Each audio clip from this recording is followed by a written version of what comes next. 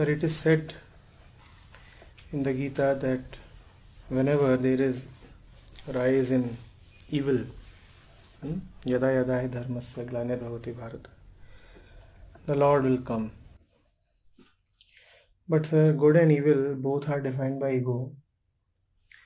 Then what is this evil that Lord will come to destroy?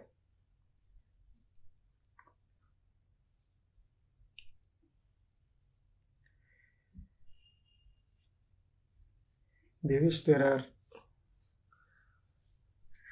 two kinds of evil, just as we are two. We are two. We operate from two centers. Similarly, there are two evils and two kinds of virtues as well. There is one evil that the ego labels as evil. It is the counterpart of virtue. There is one bad that the ego calls as bad. It is the shadow of good. It is the dual companion of good.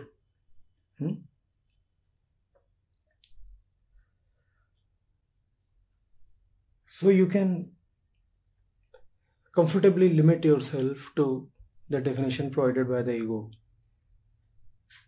that there is the good and the evil, and both are as per my choice, my knowledge, my universe of which I am the center. Or you have the option to move to a more sublime understanding of evil, which is that evil is not what the ego decides to be evil, but the evil is whatever the ego decides.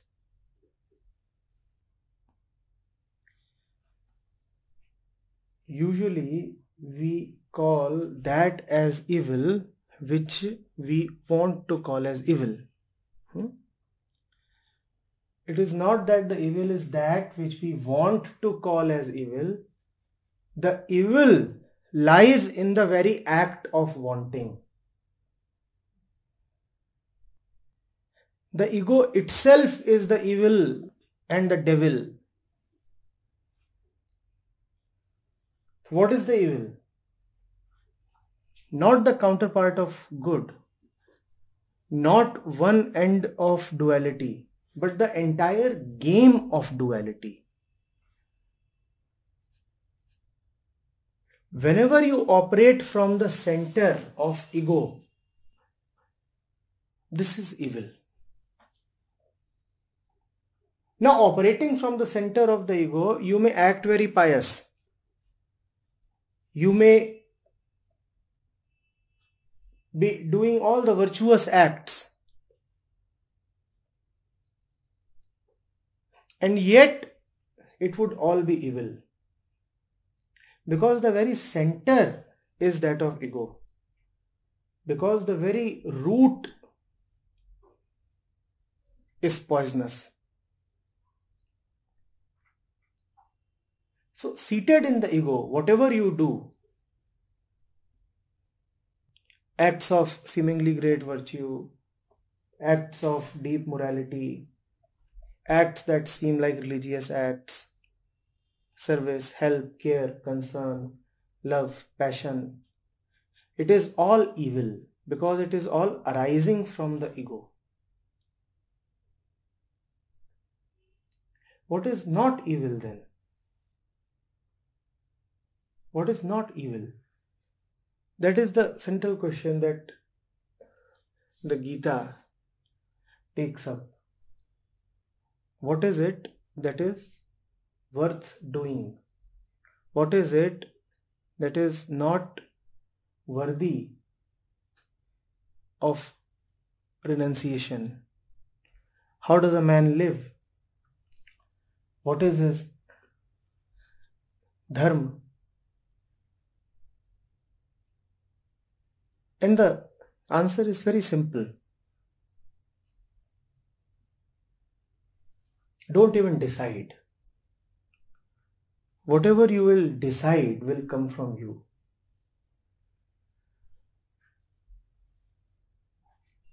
Make way for the action to happen.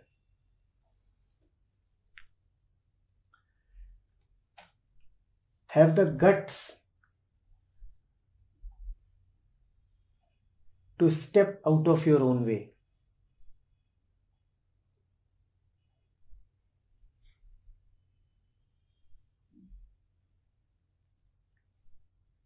You are the evil, and once you are gone, whatever is left is not evil.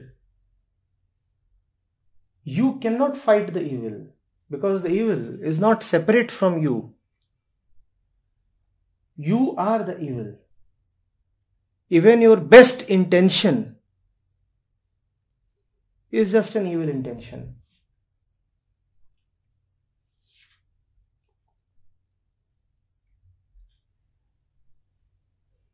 So what does Krishna mean when he says that whenever there is a rise in evil, the Lord comes? Whenever there is rise in evil, whenever ignorance and arrogance rise, obviously the result is suffering. The Lord does not drop physically somewhere from the heavens. The metaphor must be understood. It does not mean that whenever there would be people of a certain kind who would be behaving in evil ways, then some avatar will descend from the skies.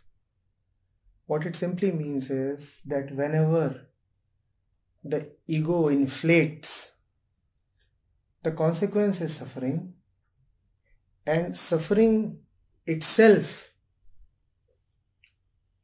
calls for its cessation. You do not like to suffer. The ego is caught in a quandary. It likes to be inflated, but it does not like to suffer. But the natural consequence of its own inflation is suffering. It likes to be big. It likes to act powerful. But the more powerful it acts, the more it suffers. And suffering is something it doesn't like. So the very inflation of the ego, the very rise of ego, the very increase of evil is also a parallel increase in the urge to dissolve the evil, the suffering, the ego. The Lord does not come from anywhere. The ego sees its own futility, its vanity, and surrenders. That is what Krishna means when he says that I come. Two things have to be understood. First, Krishna is not a body that will come. Second, not only is Krishna not a body, there is also no question of his coming, because he is the only element that is. So where is the question of his coming and departing? First thing is, Krishna is not a body.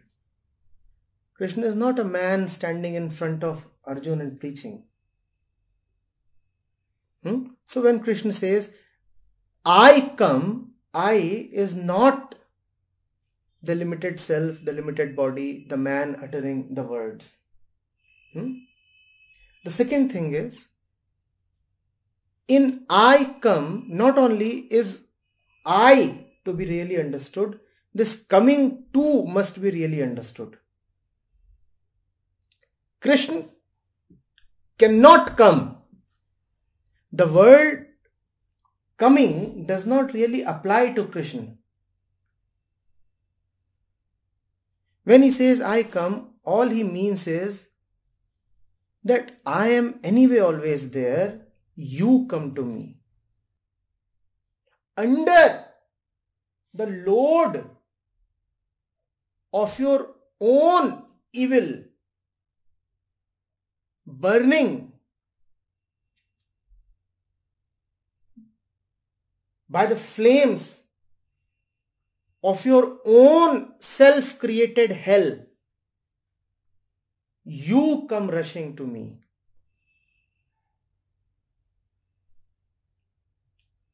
Krishna actually has no way of coming to Arjuna. Arjuna has to come to Krishna.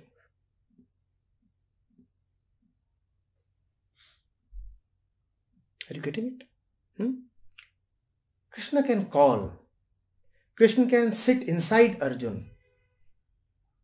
Krishna can play a game in which he becomes Arjuna and comes back to himself.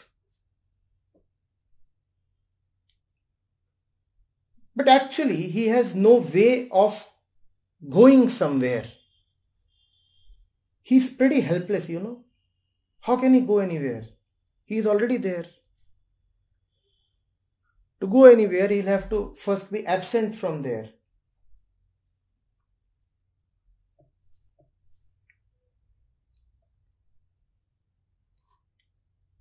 His situation is such that he has no place to hide. Even if he hides, he'll have to hide under himself.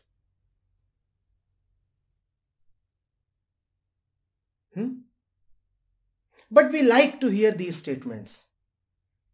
That when the world will fall to the depths of evil, then some great avatar or prophet will come.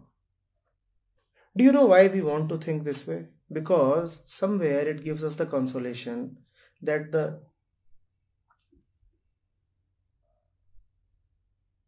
prophet is not already present. We want to say that he will come. We love saying that he occasionally comes. We love saying yada yada hi dharmasya, that whenever there is the loss of dharma, only then Krishna comes. See how nicely we have interpreted it to make it conditional. We have said Krishna will be there, only when there is loss of dharma, a grave loss of dharma. So it means that he does not always have to be there. And when Krishna is not there, then the field is open for me.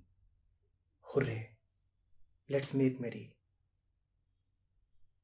So ignorant, mischievous, and very harmful interpretations of these famous lines from the Gita have been floating since centuries. People have been constantly clamoring that when there is too much evil, then the avatar comes. Sir, Krishna has no way of coming. He is the only presence that is.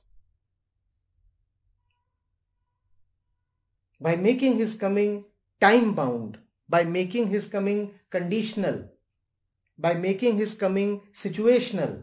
Don't you see that your haughty ego is trying to create space for itself?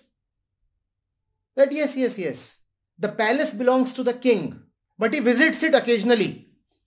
So when he is not there, then I can make merry. You really are smart. Very smart. Not only does the palace belong to the king, the palace is the king. Not only do you live in the palace of the king, you too belong to the king. You are not separate from the king.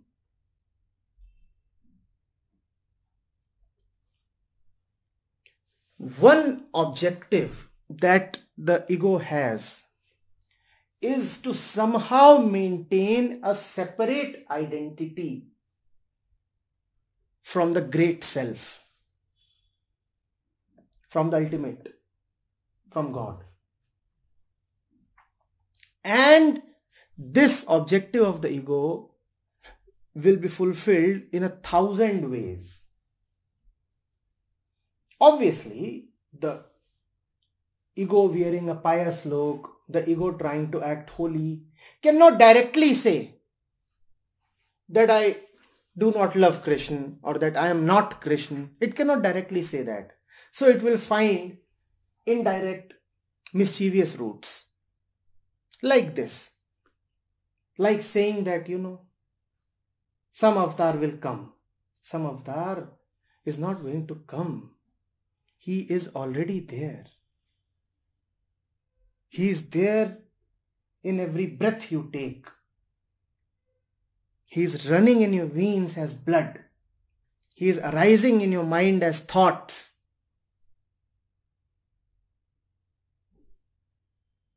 There is nothing but him. You are the avatar.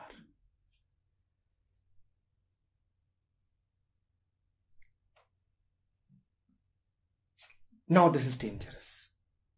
So Krishna is already here. Oh my God, where is he? Makes us feel nice if he is at least in the next room.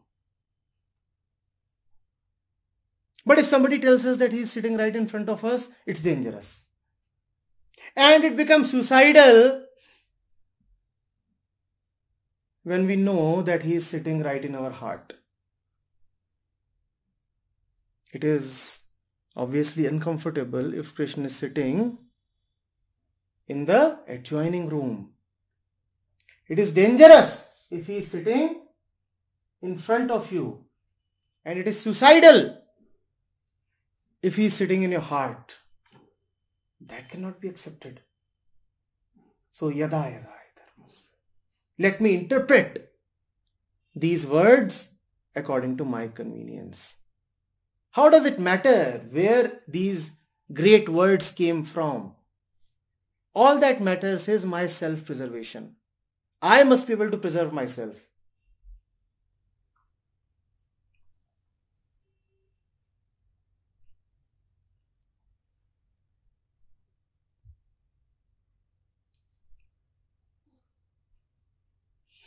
Are you getting it?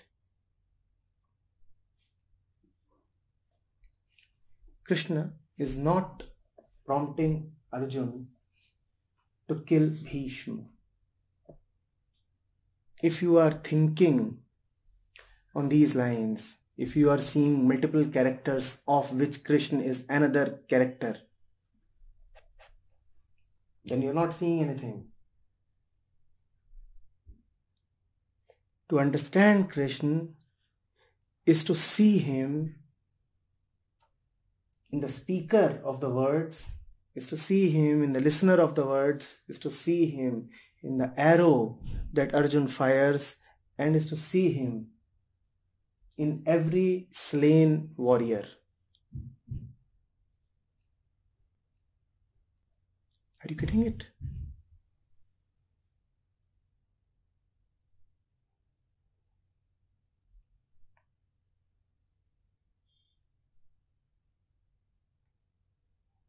So what is evil then?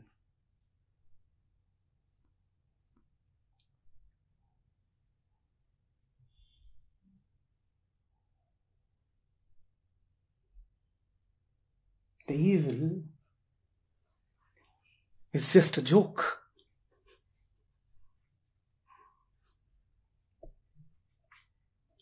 When there is only Krishna, how can there be evil? When there is only Krishna, where is the question of evil? The very mention of evil is amusing.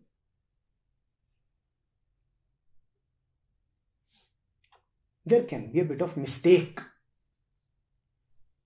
but there is no question of something as big as evil, because the only big is Krishna.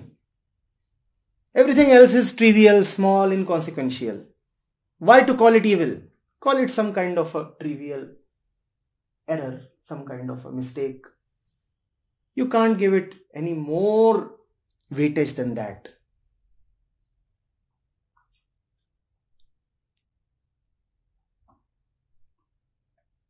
Arjun's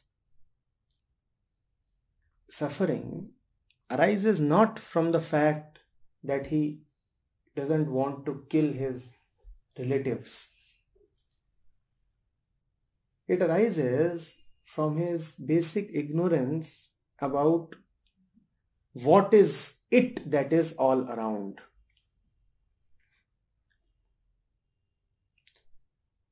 Krishna is not nudging Arjun to kill his relatives. Krishna is telling Arjun what this entire drama is all about. That is why the 18 chapters of Gita are required. Otherwise, the thing would have been simple. Arjun, as your friend, as your mentor, I recommend that you shoot. Would have been so simple.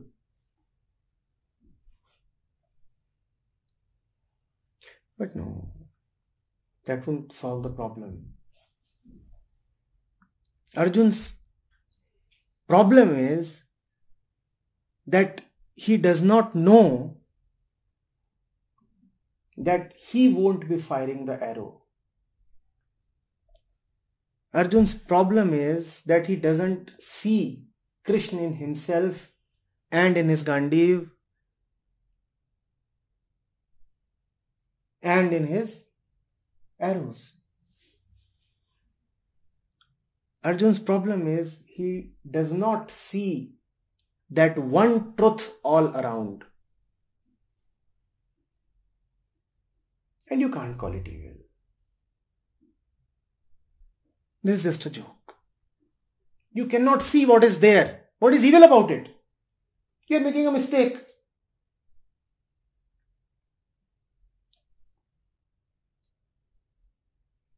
There is a banana peel lying on the road in front of you. You do not see. What do you want to call it? Evil? Blasphemous? Would you go to that extent? Just say it's a mistake. And if you make that mistake, then you pay the price. What is the price? You slip and you get hurt. That's it. So hell is nothing but a place littered with banana peels. You keep slipping. Hell is a place where the floor has been meticulously made of banana peels. You just keep slipping. Your slipping is your hell. What else is hell? Arjun is slipping. He's thinking of himself as Arjun. He's thinking of others as somebody There is Bhishma, there is Duryodhana, there is Drona. How do I shoot at them? What will I do with all this kingdom? What do you have to do with kingdom? Is the kingdom yours? It is a joke. Arjuna is claiming to fight a war that is not his. Arjuna is claiming to get a kingdom that is anyway not his. This is the mistake, and this is the only evil. To raise yourself big. To feel responsible. And this feeling of responsibility has been drilled deep into our psyche. You are responsible, you have a duty. This is evil, this is hell. This is your useless effort at going away from Krishna.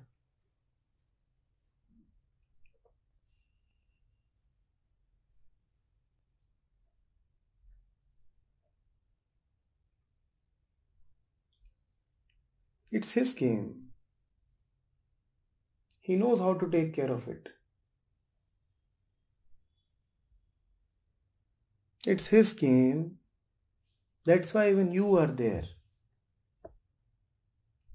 remember you couldn't have been here had it not been his game.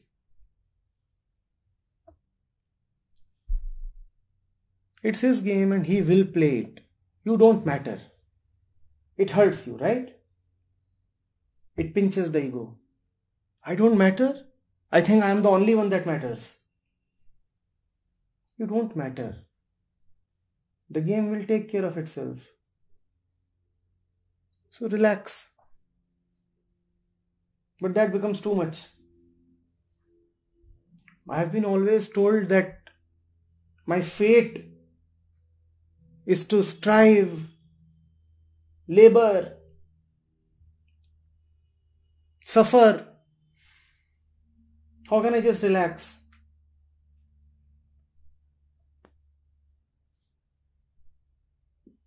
This lack of relaxation is evil.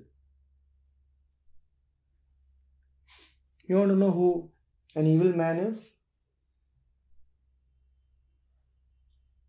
The one who cannot relax.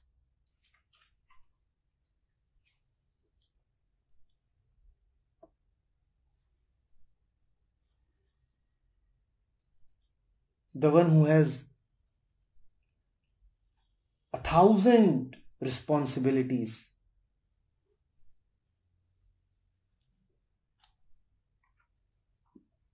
The one who thinks that he has any duty other than serving Krishna is an evil man.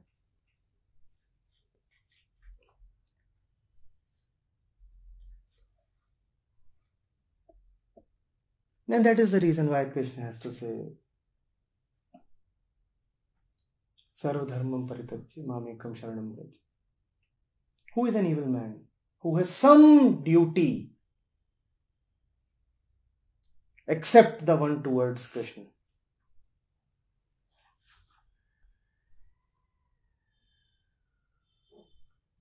It is very difficult to know that because we have an image of the evil.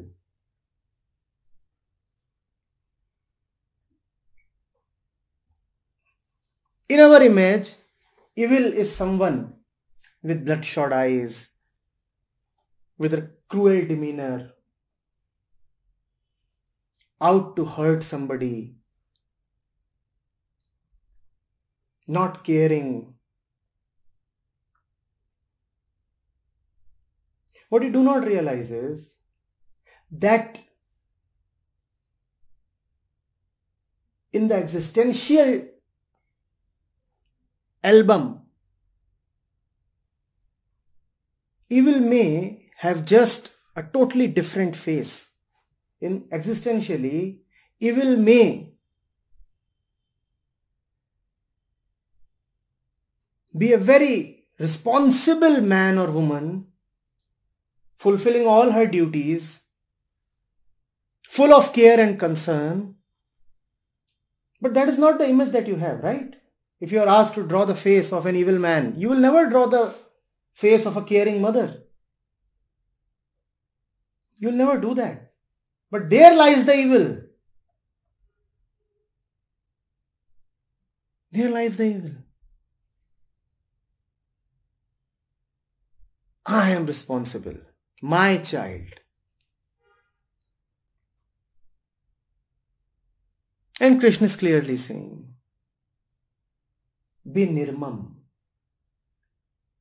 Be nirmam. And in your social language, nirmamta is an ugly word.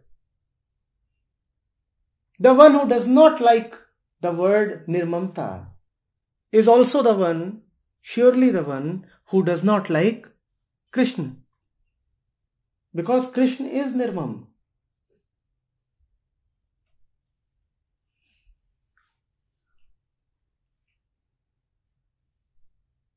We need to get rid of our images. And if we cannot get rid of these images, we at least need to change them. Next time your kid says, Mama, draw me an evil man. Draw the face, the soft face of a caring lady, probably with a tear or two in her eyes. Maybe you can look at the mirror for inspiration.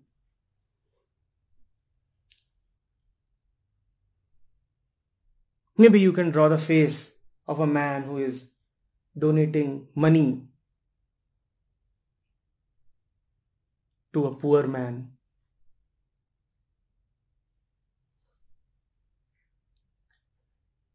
Maybe you can draw the face of a responsible employee.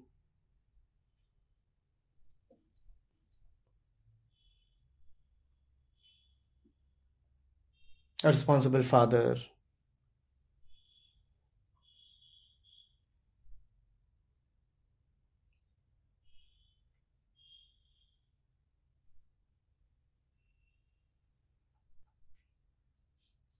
The ideal son.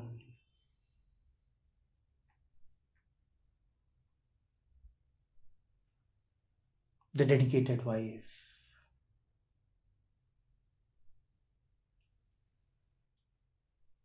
I'm still not sure whether Devesh understands what is evil. Krishna says, whenever evil rises, I come.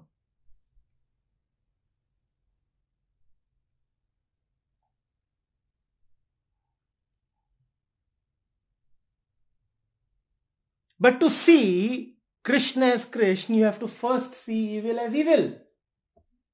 Evil will rise, Krishna will come. Maybe evil is already there and Krishna is already there. But to realize Krishna, you also have to realize evil. You do not realize evil because you have images of evil.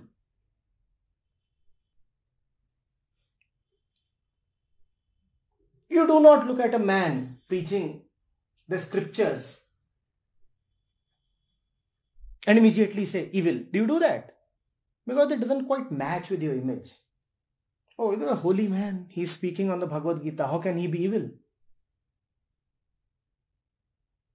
You do not look at the old grandmother praying that the granddaughter gets married before her death. You do not look at this granny and say evil. Do you do that? No. In fact, you feel respectful. You do not hurl abuses. You do not clutch her neck. You do not run away shouting evil, evil. In fact, you bow down and touch her feet.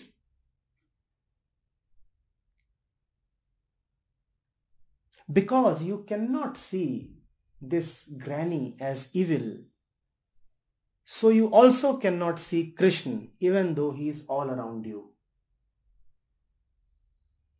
When you cannot see the false as false, how will you see the true?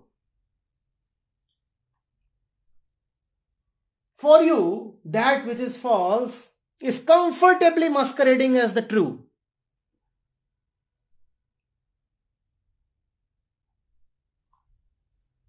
How will you ever see the true? You are full of social customs, etiquette, morality, responsibility.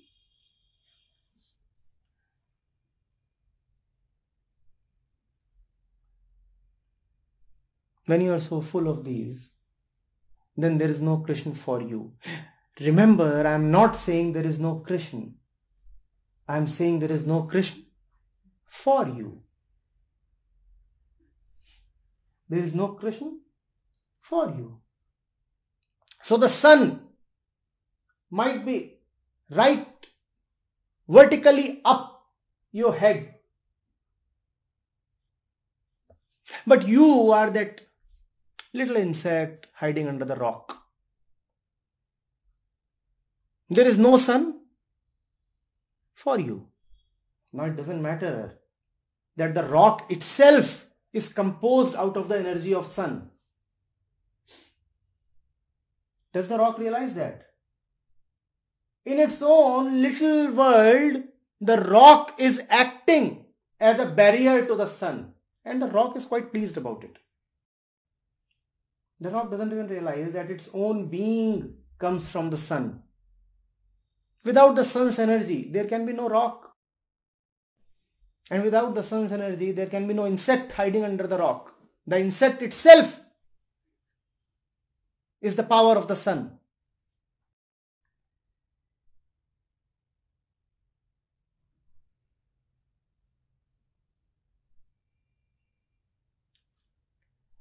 Krishna is not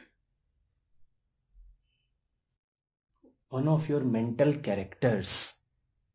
Krishna does not exist on the plane of your imagination. Krishna is that which is beyond your imagination and yet powers your imagination.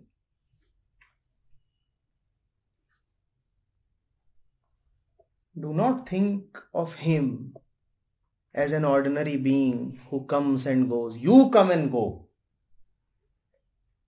You deliver discourses. Krishna is not the speaker of the Gita. Krishna is the field in which all Gitas are recited and heard. Foolish are those who think that there is Krishna who is delivering the Gita and Arjun who is listening to it. No. There is just the field of Krishna.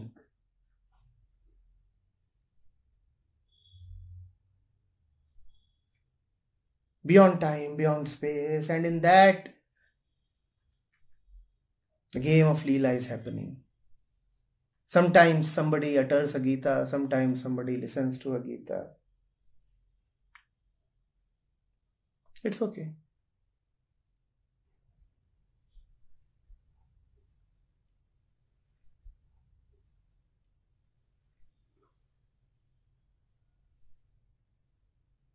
The day you start seeing Krishna Devesh,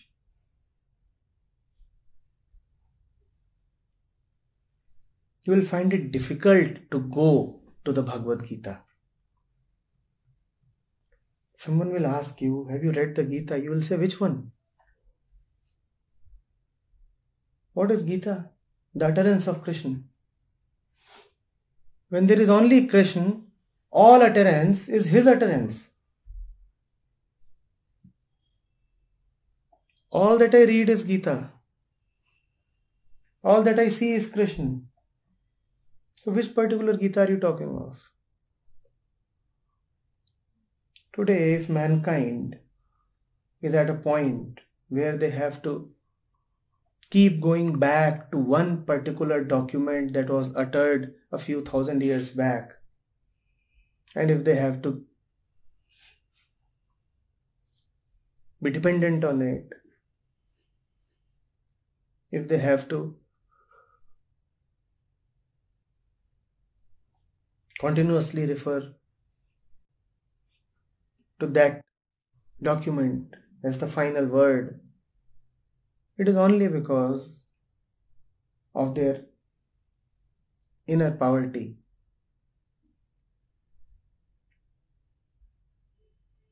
The process of Krishna never begins and never stops. He is a continuous creativity. His every movement is Gita. But you cannot see that. So you have to go back to one particular book.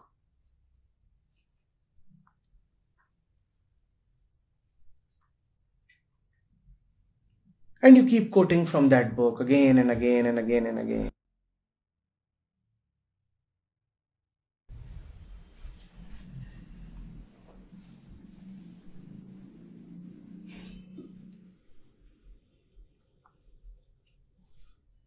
What is this entire world?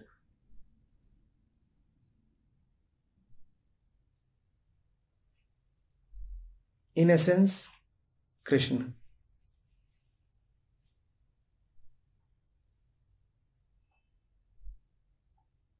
In view, the beauty of Krishna. As sound, the flute of Krishna. As word, the Gita of Krishna. As diversity,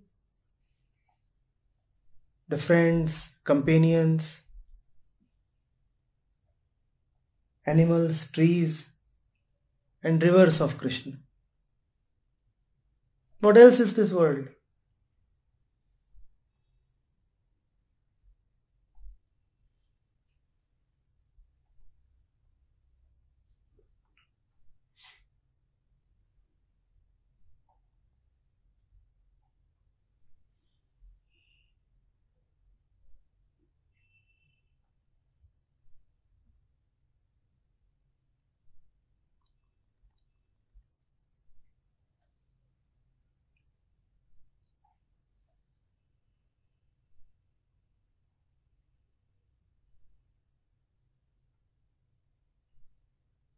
Those who claim to respect Krishna are the ones who are actually full of contempt towards him. They are the ones who limit him to a statue. They are the ones who make him into a poster and put it up on some wall. They are the ones who do the unthinkable act of celebrating the birthday of Krishna.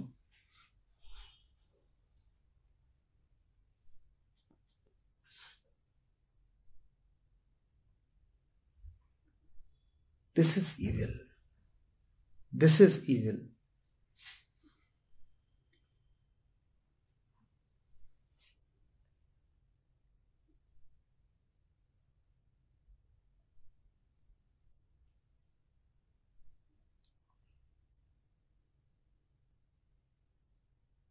The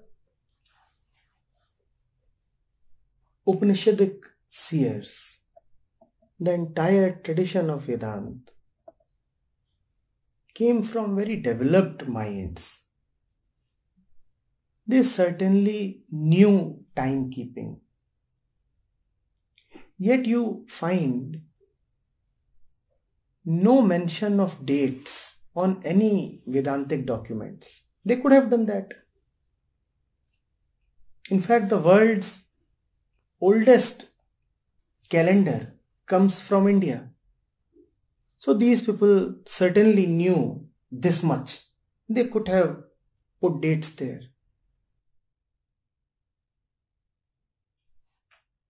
But they never recorded who said what and when did somebody say something. They never recorded when was Krishna born. Never. And they never recorded when did the character called Krishna die. This was out of a simple understanding and respect that he is not a character at all. Characters come and go, so dates can be given to their arrival and departure. But to Krishna, no date should be given. So they never recorded the date. They simply avoided it. And here we are, celebrating Krishna's birthday every year. This is evil, Devesh. But again, because we have images of evil, so you will never call the so-called devotees of Krishna who celebrate Janmashtami as evil. You look at that crowd and the word evil simply doesn't come to your mind, or does it? It doesn't come to your mind. But that is evil. To think that a Krishna is ever born is evil.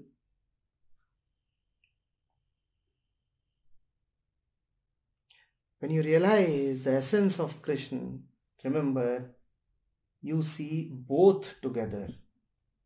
You see Krishna as Krishna and you see Maya as Maya.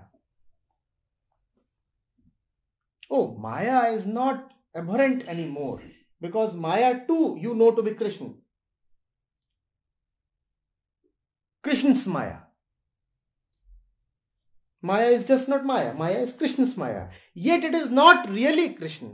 It belongs to Krishna, but it is not Krishna in his purity and simplicity.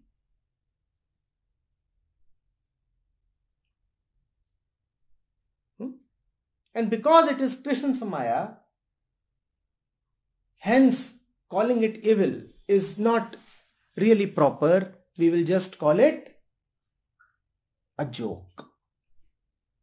Or if we are in a foul mood, then we can call it a mistake.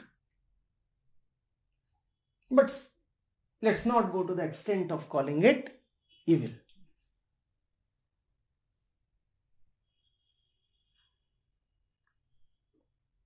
Getting it?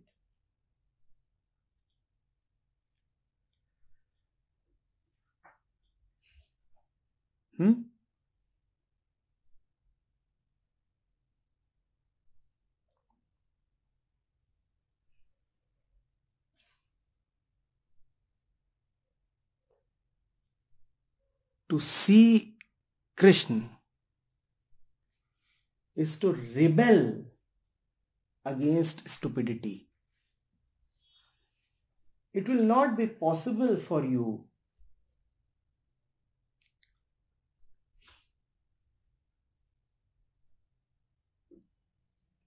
to keep participating in the rubbish.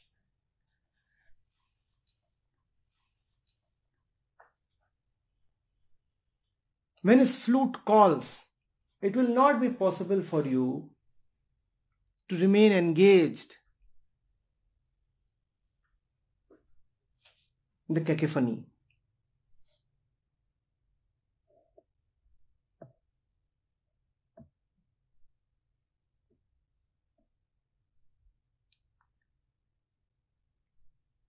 That is the only rebellion that is there.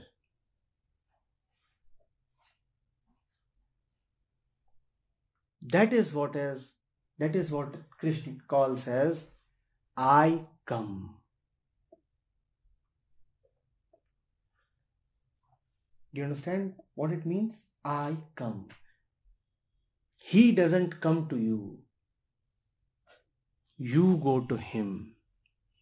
You go to him, leaving everything else behind. And you don't bother. Because whatever you are leaving behind is anyway just a mistake. Not a big deal, is it? To leave mistakes behind?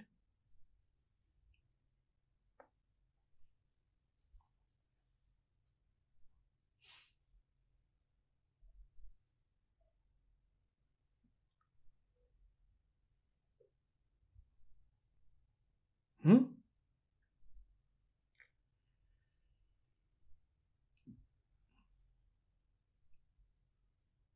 Do not be victimized by these conventional images.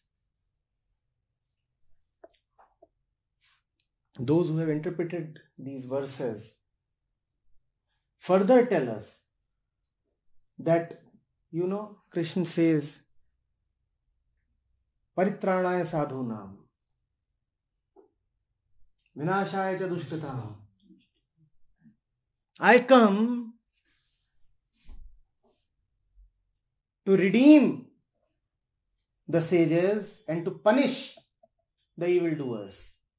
Whenever evil rises, I come to help the good ones and punish all the villains. This kind of a screenplay is more suited to a C-grade Bollywood movie, not to this holy existential play. Leela doesn't operate like this. It is in a cheap thriller that the hero arrives on his sports bike to help the nice oldies. Paritranaya sadhunam. What kind of sages are these that need to be helped?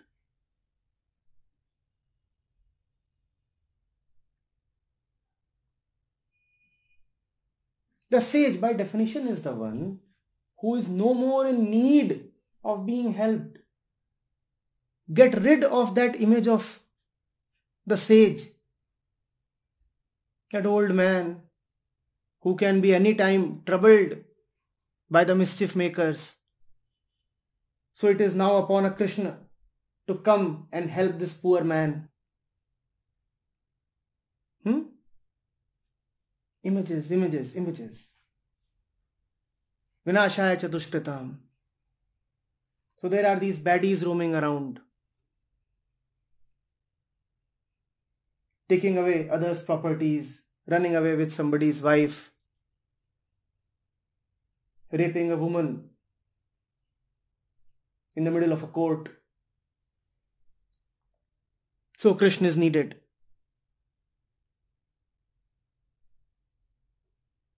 Our limited, rotten, juvenile minds come up with these kinds of interpretations of the holy verses.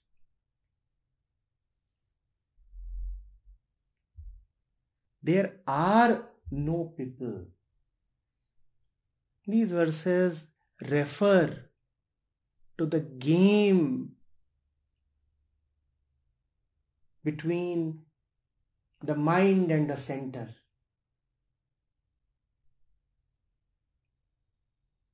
These verses do not refer to persons.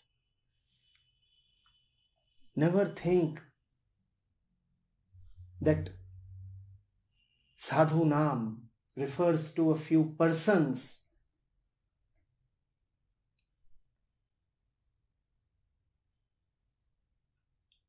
Dushkritam, don't think it refers to persons.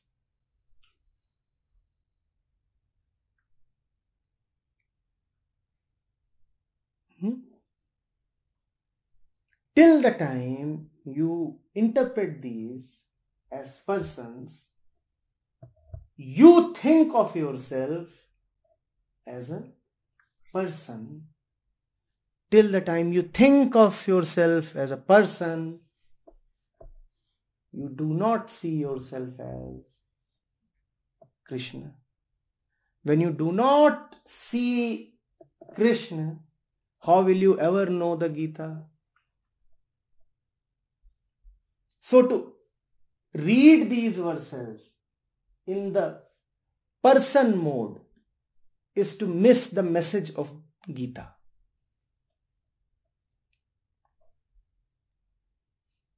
Gita is spoken by Krishna and is meant to be read only by Krishna.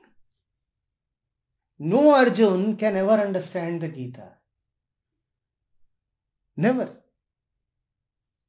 Only Krishna can understand it. Until the time you insist that you are an Arjun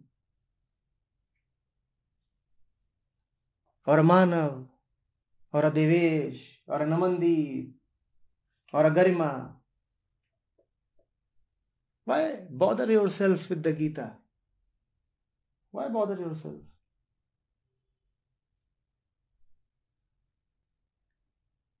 You do not know Krishna. How will you know Gita?